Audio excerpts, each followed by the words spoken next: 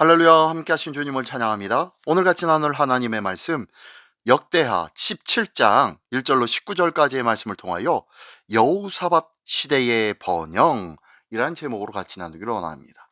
자, 이제 아사 왕을 이어 여호사밧 왕이 그 왕위에 오르게 되었습니다. 여호사밧은 우상을 버리고 다윗의 길로 걸으며 백성에게 율법을 가르칩니다. 하나님은 여호사밧과 함께 하시며 유다를 더욱 굳건케 해 주시는데요. 자, 그 내용 한 절 한 절씩 읽으며 같이 나누기를 원합니다. 먼저 1절부터 6절까지의 말씀입니다.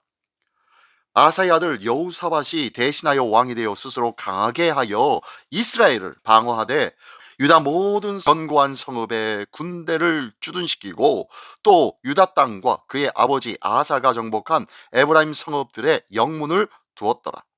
여호와께서 여호사밧과 함께 하셨으니 이는 그가 그의 조상 다윗의 처음 길로 행하여 바알들에게 구하지 아니하고 오직 그의 아버지의 하나님께 구하며 그의 계명을 행하고 이스라엘의 행위를 따르지 아니하였음이라.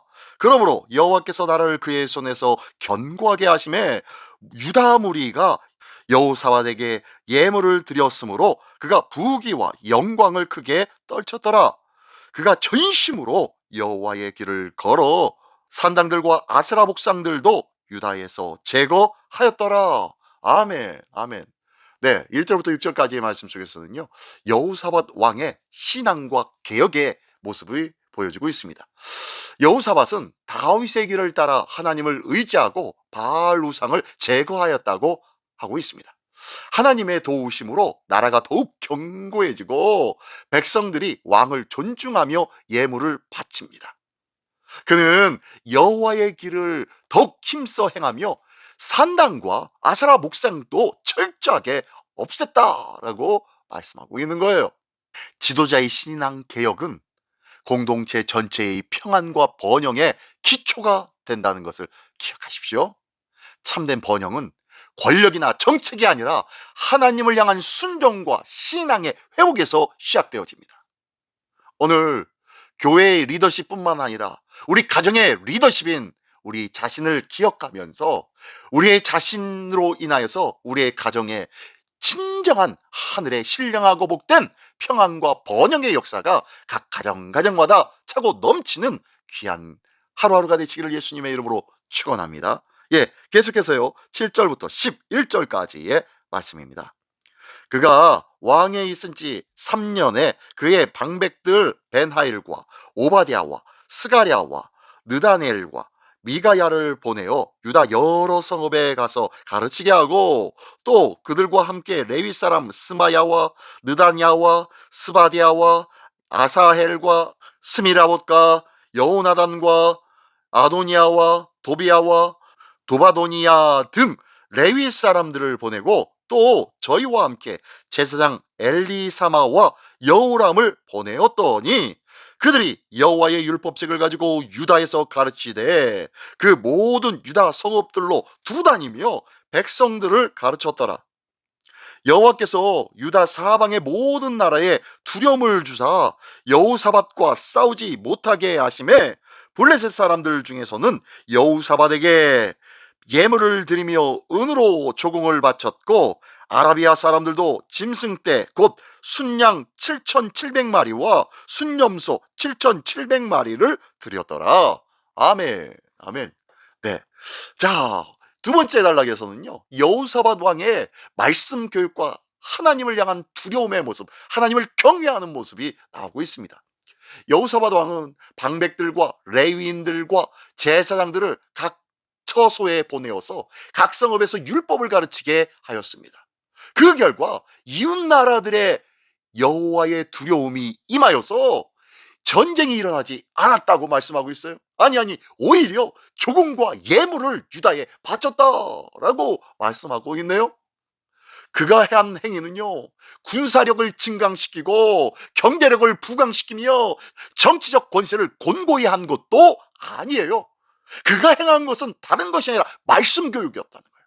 하나님의 말씀을 교육하였더니 그 땅 가운데 하나님께서 함께하여 주심에 그 이웃 나라들이 어떻게 합니까?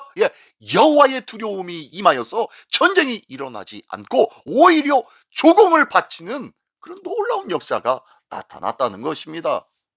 국가와 공동체의 안정은 어떤 사람의 방법과 노력과 희생과 이런 것들, 그런 것들보다 더 중요한 것이 바로 말씀 교육에서 비롯된다는 것을 기억하십시오. 말씀으로 인하여 저희의 생각과 마음가짐과 뜻과 계획들이 바뀌어져야 된다는 것이에요. 백성이 하나님의 말씀을 배우고 따를 때에 그 영향력이 사회를 넘어 외부 세계에도 드러나기 시작한다는 것이에요. 말씀은 평화와 존귀의 열쇠라는 것을 기억하십시오. 이 말씀을 통하여서 우리의 삶이, 우리 각 개인의 삶의 영역이, 또한 각 가정의 삶의 은혜가 차고 넘치기를 원합니다. 이 차고 넘침이 넘어서서 외부까지 흘러 넘치는 것, 이것이 말씀 교육의 결과였다는 것을 기억하십시오. 하나님의 말씀 왜 이렇게 읽는지, 이 세와 별로 적용되어지지 않을 것도 같은 이 말씀을 왜 자꾸 강조하는지 이 본문에서 말씀하고 있잖아요. 우리의 생각과 마음을 고치고 변화시키며 하나님의 영원하신 말씀, 이 온 땅과 만물이 창조되어진 그 말씀으로 체험받았을 때에 하나님의 놀라운 부흥과 역사와 새롭게 하여 주심이 나타난다는 것이에요. 이 놀라운 은혜가 말씀 안에 있다고 이렇게 강력하게 말씀하고 있는데 왜 말씀을 안 읽겠습니까? 왜 말씀을 마음판에 새기지 않겠습니까? 이 귀한 하나님의 말씀으로 더욱더 온전해지고 거룩해지고 더욱 새로워지는 우리의 은혜의 모든 하나님의 백성 되시기를 예수님의 이름으로 축원합니다. 네, 마지막으로 12절로 19절까지의 말씀입니다. 여호사밧이 점점 강대하여 유다의 견고한 요새와 국고성을 건축하고 유다 여러 성의 공사를 많이 하고 또 예루살렘에 크게 용맹스러운 군사를 두었으니 군사의 수요가 그들의 족속대로 이러하니라. 유다에 속한 천부장 중에는 아드나가 으뜸이 되어 그 용사 30만 명을 거느렸고 그 다음은 지휘관 여호나단이니 28만 명을 거느렸고 그 다음은 시그리의 아들 아마시아니 그는 자기를 여호와께 즐거이 드린 자라. 큰 용사 20만 명을 거느렸고 베냐민에 속한 자 중에 큰 용사 엘리아다는 활과 방패를 잡은 자 20만 명을 거느렸고 그 다음은 여호사밧이라. 싸움을 준비한 자 18만 명을 거느렸으니 이는 다 왕을 모시는 자요. 이 외에 또 온 유다 견고한 성읍들의 왕이 군사를 두었더라. 아멘, 아멘. 네, 마지막 단락에서는요, 이 여호사밧을 통하여서 국가의 강성함과 군사가 조직되어지는 모습이 나오고 있습니다. 여호사밧은 점점 강성해져서 성읍들을 세우고 그 부를 더하게 하였습니다. 수십만 명의 강한 용사들이 질서 있게 조직되어 나라를 지켰으며 각 성읍들을 견고하게 하였죠. 유다는 신앙적 기초 위에 군사적, 정치적 안정까지 갖추게 된 것입니다. 그렇습니다. 하나님을 경외하는 신앙 위에 세워진 국가는 강력한 힘을 갖게 됩니다. 그러나 그 힘은 자랑이 아니라 하나님의 나라를 지키는 거룩한 사명적 도구가 되어야 한다는 것이죠.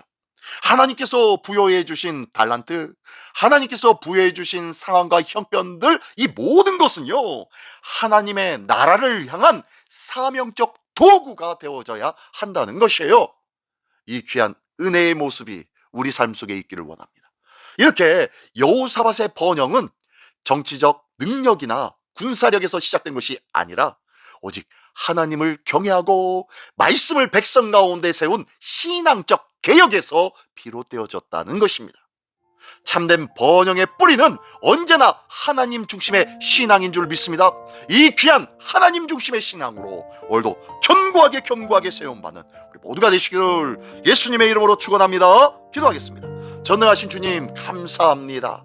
여호사밧이 주님을 경외하며 말씀을 가르칠 때 나라가 강하고 평강을 누린 것처럼 우리도 주님을 경외하고 말씀 위에 견고히 서는 복된 삶을 살게 하여 주시옵소서. 우리 공동체와 우리 나라가, 우리의 각 가정이 주님의 은혜 안에 든든히 서기를 원합니다. 주님께 영광만을 돌리는 복된 가정, 나라와 공동체가 되어줄 수 있도록 주님 붙잡아 주시옵소서. 오늘도 새롭게 하시고 견고케 하여 주시기를 기뻐하시는 우리 주 예수 그리스도의 이름으로 기도드리옵나이다. 아멘.